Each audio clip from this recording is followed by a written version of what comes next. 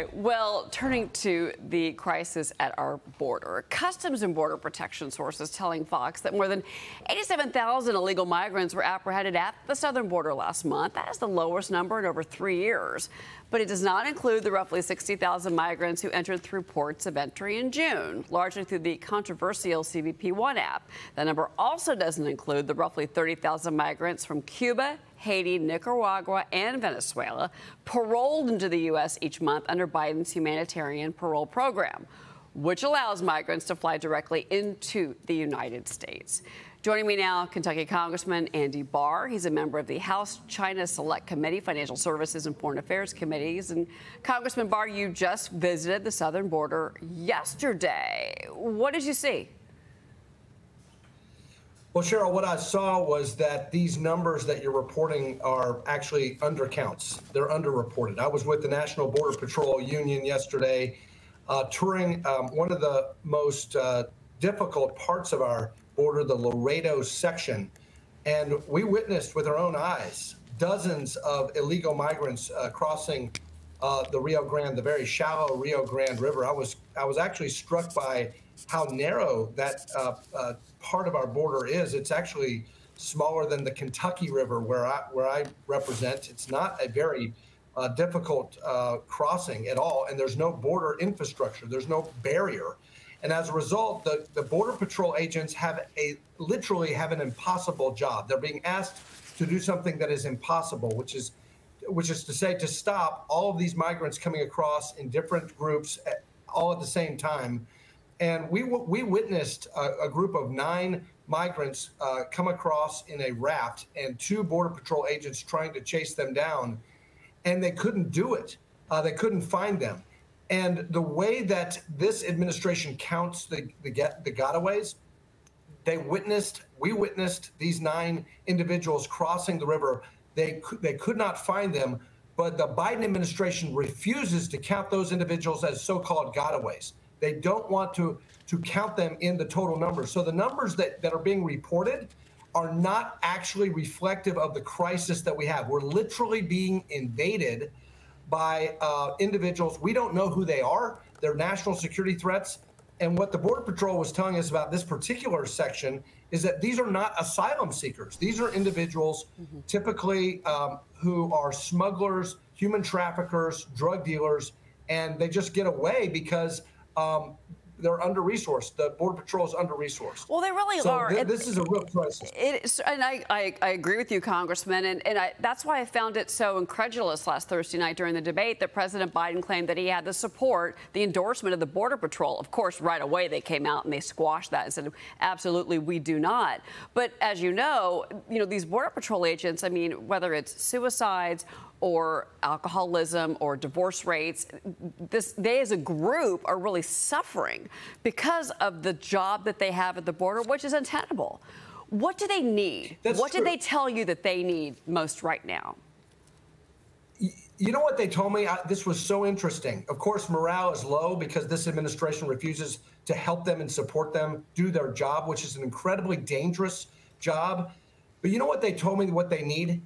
They need the wall. They need infrastructure. There's some technology there. They don't have enough Border Patrol agents because the Biden administration is reprogramming literally $1 billion that Congress has appropriated. They're reprogramming away from recruiting new agents.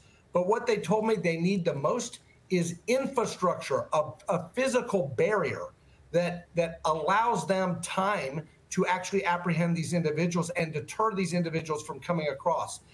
There's 70 miles of steel bollards of barrier that is on private property being stored. This was wall material that was acquired during the Trump administration that the Biden administration refused to erect that could be a barrier to help these Border Patrol agents stop the flow of illegal migrants.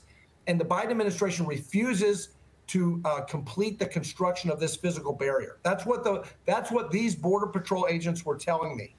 And wow. we need leadership to actually put the wall in place, a physical barrier. They were telling me, these Democrats who say all we need is technology. Well, they do have technology there, but the topography doesn't allow the sensors and the cameras to actually detect all of the tactics of the migrants. And by the way, the cartels, they're using some of the same technology. They're using drones to find out where the Border Patrol agents are, and then they go to parts of the river where the Border Patrol agents are not. And so the technology is not the answer. The physical barrier is what we need, and that's what the Border Patrol agents told me yesterday. I did not realize that all that steel was still sitting there at the border. That's government bought, that is taxpayer money that is sitting there, that is not being utilized. All that steel that I know that during the Trump administration was heading down there. Real quick before you go, you are on the House Select Committee on China. I need to ask you about this because your committee just launched this probe into Harvard after students were allegedly forced out of an event that featured the Chinese ambassador, and then they were harassed by Chinese students.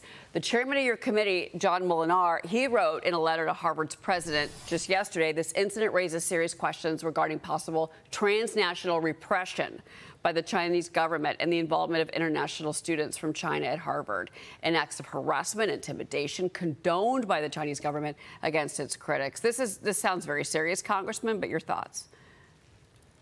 Yeah, absolutely. Well, we've seen this. Chinese nationals who actually live legally in the United States being targeted by the Chinese Communist Party, and actually these are the immigrants that we actually want to help, because they are freedom-seeking, democracy-seeking dissidents, and we need to make sure we protect those individuals, those Chinese legal immigrants to the United States, students with visas, proper visas, who are seeking, education in the United States. China wants to harass them, and they want to recruit spies, espionage assets, to engage in academic espionage. And so we need to make sure that we detect this whenever possible and prevent the Chinese Communist Party from converting these individuals or harassing them or intimidating them into becoming spies against the United States. This is very serious, and actually, it's not surprising to see this. But frankly, I think our university presidents, like at Harvard and other places, University of Kentucky, they need to understand the threat that exists. You're going to call them before the committee when you get back from recess? You're going to call Harvard's president back to Capitol Hill? I think that would be a good idea, and it's not just Harvard. It's universities all over the country, Confucius Institutes and other universities that host these Chinese programs. Make sure we protect those innocent Chinese nationals with valid visas, and then also work with the FBI to make sure, and the Office of Private Sector, to make sure we detect these academic espionage efforts. Okay, Congressman Andy Barr, it's great to have you on. Thank you for being here, sir. It's good to see you. Good to be with you. Thanks.